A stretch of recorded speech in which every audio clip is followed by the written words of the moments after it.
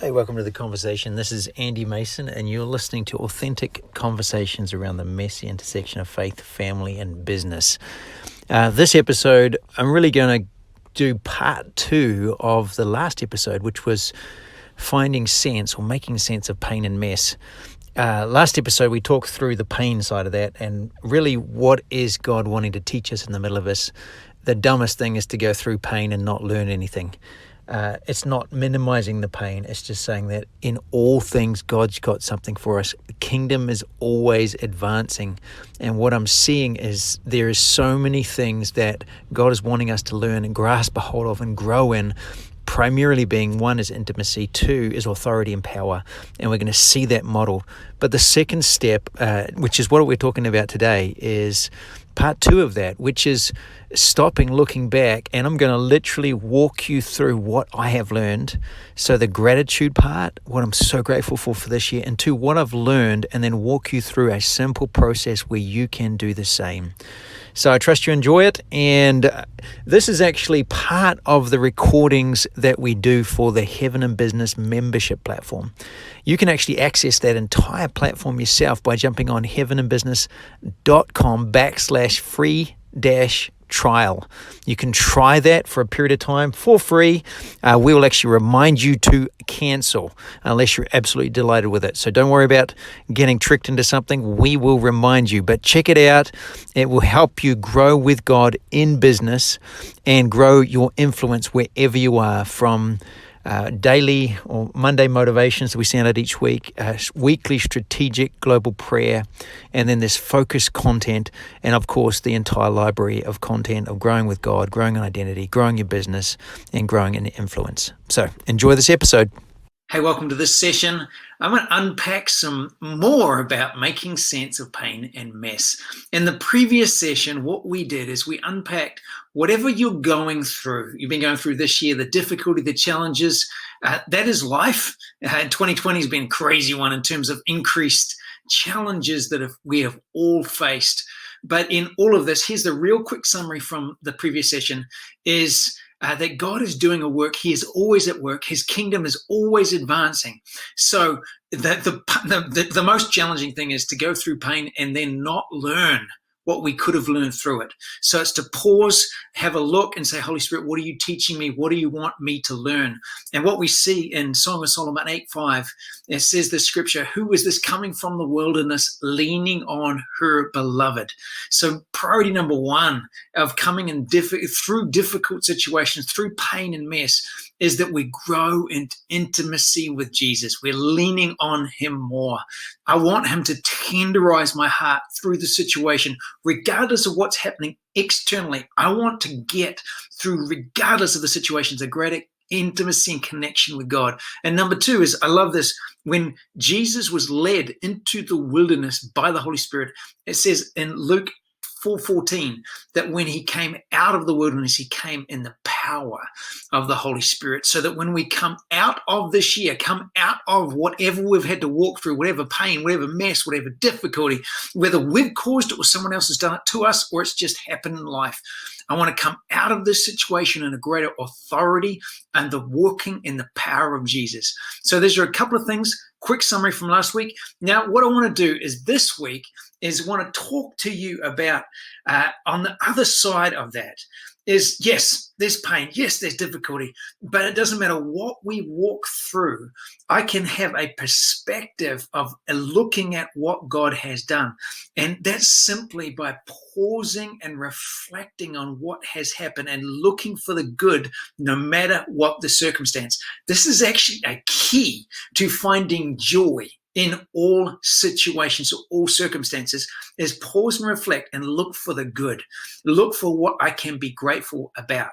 And so I'm going to model that for you and then give you some questions at the end that you can unpack and reflect for yourself so that we get through this and know a real clear picture of what I can start doing, stop doing, and keep doing. What do I need to protect in the middle of this? So first thing for me this year is there's a picture right there of my family. One of the things that I'm really grateful for is the connection that I've had with my kids. I'm not traveling. I was traveling 1 week per month. Now I'm not traveling. I've been with my family, got to see them. Oh, being isolated, we had to create our own fun. So that's one of the celebration festivals that we had during the year.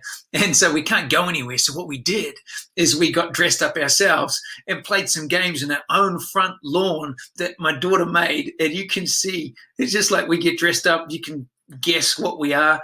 That was purely amongst ourselves. But the way to be creative, the way to better do things, the way to better move and lean into relationships that we're with in proximity for an extended period of time.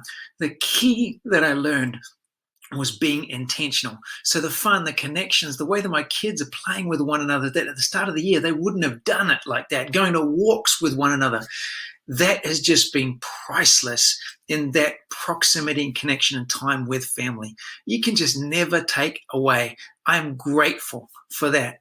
Second thing I'm grateful for is in the middle of this year, in the middle of everything else going on, we had a wildfire that took off in the back, just over the hill, over the back of our house. And that had happened like 2 years ago. So all of this stuff triggered. So it had the potential to be a really traumatic experience. But what happened this time is I was sitting on the front lawn watching as I could see these billows of smoke. And then these planes came in, and there's the firefighting planes. They're huge planes. And they would come and circle literally over our house and then go up and over the ridge and bomb this fire with their red fire retardant, and then they'd come back over our house. So literally they circled around my house, and I could look on Flight Radar, which is a app that you can get on your phone. You can see that literally the tracks where these planes are going, and you could see the dot for my house, and you could see this tracking of these planes that literally went around my house, then bombed the fire, then came back around my house. And I have this revelation of Psalm 91. His massive arms surrounding me in the middle of fire, in the middle of COVID, in the middle of racial craziness, in the middle of political upheaval. Psalm 91 is so real for me. And I had this revelation. I'm so grateful for those planes. But what kicked it to another whole level is one of my team actually Googled those planes, and it turns out that plane number 911, the tail, on its tail, was the plane that was circling me at the time. So as I'm having a revelation about Psalm 91, he who makes the Lord his shelter, his place, who delights in the Lord surrounds us. We sit under the shadow. He is a shelter around me. As I'm praying, God, release Crew 91, Psalm 91, which is the angelic, that they surround me in the midst of everything I'm facing. What I didn't know is that plane 911 was the one that was circling. I am incredibly grateful that in the midst of this difficulty, opposition, I love it when God just takes me up and removes me out of it. But sometimes, even in the middle of the tough, difficult situations, I have this revelation that God and his angel armies are encamped around me, and I will not suffer harm. Though 1,000 may fall at my side and 10,000 at my right hand, it will not come against me, in the natural and in the spiritual. And that just, I don't know, you just can't beat, you can't replace that, can't take that away. If I have to go through what I've gone through again, just for that, it is worth it. If I go through just for what's happened in my family, it is worth it. Do I want to go? No. But the value, it just changes my perspective and releases this gratitude towards God in all circumstances. Here's another one is I haven't been able to travel this year. I love traveling. I actually really enjoy it. I love meeting people in different countries. We've got to go to Switzerland, Germany, and Krasnoyarsk in Russia, where I've been to England, where I've been to Dubai, where I'm going to Singapore, and seeing believers in every place lit up with partnering with God in their place of work and growing an influence. It's been so much fun. But because this year I could not travel, I got to explore more of my own backyard. One of those trips I got to run is like a half marathon there and back up to this high altitude lakes in the Trinity Alps, which is in behind where I live. And it was majestic. It was so beautiful. It's almost like, am I in America? Am I in Switzerland? Am I in New Zealand? It is pristine. It is beautiful. It is remarkable. And I can get to pause and reflect and be so grateful that I got to do that. Not only that, but I'm doing that far more as a result and getting to slow down and just experience the beauty all around me. A forced slowdown. I remember I used to have so little time. I'm just like, okay, I'm going for a run. I'm going for a mountain bike ride. And then during this time, I actually sensed the Lord saying, Andy, just walk. And so I'm at the back of my house going for a walk in nature, and I'm starting to realize I've never seen this before. I've never seen the beauty that's all around me before. Why? Because every other time I was either on my mountain bike or I'm running. And when I'm on a mountain bike, I've got to pay attention to the trail. Otherwise, I'm going to crash. When I'm running, I've got to pay attention to the trail. Otherwise, I'm going to trip and fall. When I'm walking, I can slow down. I can look all around me. I can hear the birds. I can see the butterflies. What happened? Because of this forced slowdown, I get to experience more of what is all around me. I am grateful. And that just changes my perspective. What are you grateful for? So that's firstly, is that attitude of gratitude just changes perspective, releases joy in all circumstances, which means that I have learned. What have I learned? I've learned that I can thrive in any circumstance, whether I'm in lockdown, whether I've got to wear a mask or not wear a mask, whether there's political upheaval or not political upheaval, whether there's craziness going around me or not, whether there's medical challenges all around me. Doesn't matter what I go through. If I am intentional and I'm aware of this, I can thrive no matter what the circumstance. Peter singing in the middle of a prison changes the atmosphere. I heard a testimony from a friend of he was in the back of a vehicle driving through Rwanda at the end of the genocide. It's still craziness, roving gangs, and this husband and wife in front of him driving. Wonderful people, but because of the stress and anxiety, they're starting to argue and fight over where do we find our location. And then it goes quiet. My friend is sitting in the back wishing he was not there. And suddenly the husband says, I will not lose my joy. And just that declaration in the middle of a crazy and anxious environment changed the atmosphere. And they got where they needed to go. But they had something on the inside that affected what was outside. I can thrive no matter what the circumstance if I will be intentional and maintain this atmosphere. The kingdom of God is within me and affects everything around me. That's my source of joy. That's my source of hope. That's my source of peace, regardless of what my bank balance says, regardless of what the health of my family says, regardless of what the community around me says. I can thrive no matter what the circumstance. That's one learning. Another learning this year has been incredible. I've been confronted with some of my addictions. Now, I'm not addicted to cigarettes or alcohol, but I realized I've been addicted to results. I've been addicted to some of the meetings that I've had. And by removing that from my life, because we can't do events like we could in the previous year, because I can't travel, it stripped me of some of the results that I have become accustomed to or that fed me, that fed something in me. And when that was stripped away, I become so aware, oh my gosh, I'm addicted to results. I'm addicted to accomplishing things. And I got to realign with God. My value is in what He says, period. I get to do these things, but my security, my identity, my value is based in Him alone. Another thing is I got confronted this year. It's like because of the political situation, because of so many different opinions, it didn't matter what I said, I'm going to upset people. And oh my gosh, I don't want to go into the details. Some of the things, it was incredible saying something that was seemingly completely not offensive, but people got triggered and upset. What did that confront in me? My addiction to pleasing people. There was nothing that I could do. I'm going to upset people regardless of how kind and gentle I am.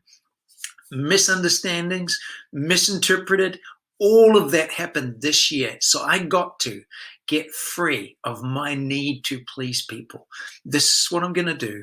I will love you and I respect you, but this is what I do because this is what's right for me and my family and the community that we live in.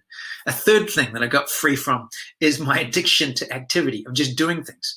This year, working from home, changing the environment, changing the team, changing the structure, I realized how much I'm addicted to just doing. And this stripped that away, and I had to face myself and pause. If you went through quarantine, you'd realize the same. It's like, what am I going to do? What am I going to do now?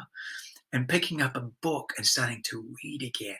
And God starting to speak through so many different books and other things that I can do. And just learning to play and have fun and realizing I can pause my day. I don't have to work like I did. I'm not traveling in and out of the office. I've actually got more time, which means I can pause and go for a run. Pause and go for a walk. Pause and play with my kids. Pause and play with the dog. That this addiction to just doing has got to end. I'm free. I'm free. He who the Son sets free is free indeed. And I'm learning. I have a greater measure of freedom than I ever knew beforehand. What's another thing I've learned is Matthew 4:4 says, man shall not live by bread alone, but by every word that comes from the mouth of God. That has become so real and so alive. I don't live by my strategic business plan alone. I don't live by my salary, by my paycheck alone. I don't live by my bank balance alone. I don't live by whatever the government does or doesn't do, but I live from the word of God. It's his word that sustains me. His word sustains me through a paycheck or through a business idea or through a strategic plan. But because my anchor, my source is his word, it doesn't matter what the other things do because I still have his word. So the priority of hearing what he is saying and then translating that into practical strategies in my day, which actually turned into a course. Hey God, what now? It just blows my mind, the strategies, the pivoting, the different things that we did this year because I heard the voice of God and adjusted what we're doing according to his word. Strategies in my day, strategies in how we adjusted, strategies in even to pause and not run into some marketing campaign because I just feel this hesitation because I'm living from the voice of God, not from any external thing that I could do that would feed or sustain me. His word is what does. I was reminded again, waking up anxious, doing all these things, and hear this phrase go through my head. That story of Mary and Martha. Martha, Martha, you're busy and anxious with much activity, but one thing is needed. And Mary has chosen the better thing. What did Mary do? Mary sat at the feet of Jesus and listened to his voice. Will you do the same? It's his voice that will sustain you, his word that sustains our very being. Will I listen? Here's another one. Is so much happened this year is we were confronted in things that we could not do. Literally a pruning, cutting of team, cutting of activities, cutting of things that we used to take for granted, forced us to look at ourselves and go through what is it that we're doing? What is it that's bearing fruit? What are the non-negotiable things that I must protect at all costs? And what it did for us personally and as Heaven Business team is refined and aligned our priorities. One of the simple things is I was just reviewing, even when in the middle of all this stuff, we lost our entire website platform, terminated, destroyed. We had to rebuild it from scratch. But what that process did, so the pain of the pruning actually produced something beautiful. What was that? As we're rebuilding it, we're starting to look again at what we're doing, why we're doing it, and how we're doing it. And I start to realize there's this statement that was the top of the page that says something around building a growing global community, growing in business with God. And I looked at that and realized that's wrong. That's not what we're about. We don't exist to help you grow in business with God. We help you to grow with God in business. And I reversed that, and something on the inside of me just locked in like that archer lining up on the arrow. That's what the gift of this year has done, is helped me realign. And what that has then done, and realized, oh, I've got some of these activities that are great activities, that are good things, that there's good outcomes, but they're 1 degree off our core mission and purpose and priority. So I get to align, I get to focus and relook at what it is I'm doing and cut the things that I know those are good things. It's painful to cut those off, but they're not our core business. This is what is. And I align my team around that. I align my activities around that. I align all that I'm doing, because this is the number one thing that we're aiming at. I heard this message from a friend. He said, excellence is being single focused. Most businesses fail because we get so diverse, so focused on so many things. We miss the one thing. What is that one thing I'm going to launch, sell, serve? Focus on that. I also learned that I have built what I've done, built Heaven and Business based on the people rather than based on the vision. So rather than keeping my target, I've broadened the target because of the people, rather than saying, no, this is the white hot core molten lava target. We equip you to partner with God in your place of work and grow in influence. We do that through courses, conferences, retreats, online and offline, and this membership platform that you're watching right now. But that's what we're doing. That's what we're doing. That's what we're doing. What about this thing? No, because that is what we're doing. And the clearer that I can get focused on that, the better that everything else has become. What's the point? Is if I will focus, if I'll look at all that's gone this year, I can start to realize, oh my gosh, yes, I'm pruned. Yes, I feel like a rose bush that is cut back to almost, that it feels a naked rose bush in the middle of winter. But I can see my vision is aligned. I can see my priorities aligned. My focus is realigned. I've got a stronger connection with my family. I've got a greater sense of freedom from all of the results, from the accomplished things, from the things that fed me in an unhealthy way. I'm locked back into the main thing, which means I'm positioned for significant increase. But this time, my increase is locked into, where does that come from? My source is God himself. I seek first his kingdom, his righteousness, aligning my life and my business with what he's called me to, and he causes the increase. And I can lock in on that, and I've got joy, and I've got peace, and I've got hope, and that changes everything. So what about you? I could carry on, and I'm realizing, oh, and I learned this, and I learned that, and I learned this. And like, yes, I so want to be in next year, but this is now to pause and reflect. So I want you to go through the same exercise. So firstly, let's just pause and reflect. When you look at this year, when you look at yourself, what do you see? For me, I've got the image of myself as a naked rose bush that has been pruned back. All of this, what I thought was healthy growth, healthy expansion, like grow, green everywhere. I've been pruned. Even the good things have been cut back. That's how I see myself. But then when I ask God and say, God, what do you see? I hear him say, well done, good and faithful. You've been faithful this year to do what I've asked you to do. You've leaned in, even though it's been painful and difficult. And I see him looking at me, and I just see a naked rose. He just sees this rose bush about to bud and flourish, and now aligned with what he's doing. And I start to realize I was about to grow in ways and in directions that would have sabotaged what God wants to do in me. Now I'm positioned. Some of the connections that have happened as a result of this year have been incredible, that position me for what's next. So what do you see? And then pause and say, Holy Spirit, Father God, when you look at me, when you look at my business, my family, my life, what is it that you see? And then pause on that, write that down, and then ask yourself, what can you do to align your perspective with God's perspective in you, in your business, in your life, in your community, and all that you're doing with your family. How can you align those two together? So that's step number one. Secondly, when you look back through this year, I know there's been pain and difficulty. I don't want to minimize that, but I do want us to pause and look at again in all that's happened this year. What are you grateful for? What are some of the things that you're saying, Father, thank you so much for this and this and this?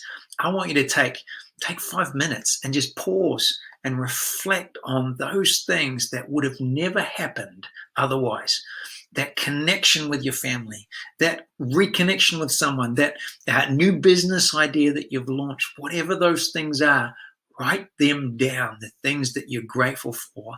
And then second part of this, what have you learned? What have you learned this year that you could have never learned otherwise? What has happened in you or around you that would have never happened had it not been to walk through some really painful situations? I'm reflecting on some of the things that I've learned around race and racial reconciliation, and some of the books that I would have never come across if I hadn't walked through some of the painful conversations that I had no idea that I would have had at the start of this year.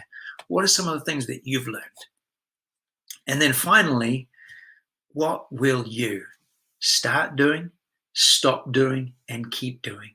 As I've realigned my priorities with what we're doing with Heaven and Business, with what I'm personally doing in my business, as I realign, there's some things that I need to start doing. And I'm starting to lean into those and do them. Take risk. It's vulnerable. It's uncomfortable. But I know God's called us to do that. And I'm starting to do those. There's some things that we need to stop doing. I've had to cancel some things. And some things I've canceled, I'm not going to bring back once the situation changes, because I know those are no longer the direction. They're good things, but they're not our priority. So what will you start doing? Will you stop doing? And then what will you keep doing? What are those non-negotiable things that through this period you realize this is the white hot core molten lava center? These are the non-negotiable things.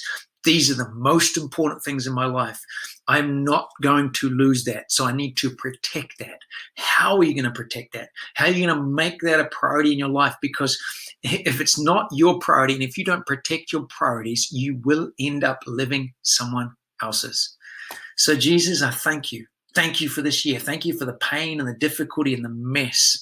I ask that you'd heal our hearts and cause us to remain soft and humble and open, that we'd walk through this closer connected to you and in a greater measure of authority and power in all that we step into. And Father, I ask you to clarify, just bring great clarity around the things that we're to start doing, stop doing, and keep doing. And that from this moment, we just walk forward with greater joy, greater peace, greater confidence, greater clarity, character, greater perseverance. And in all things, Lord, let your kingdom advance through us.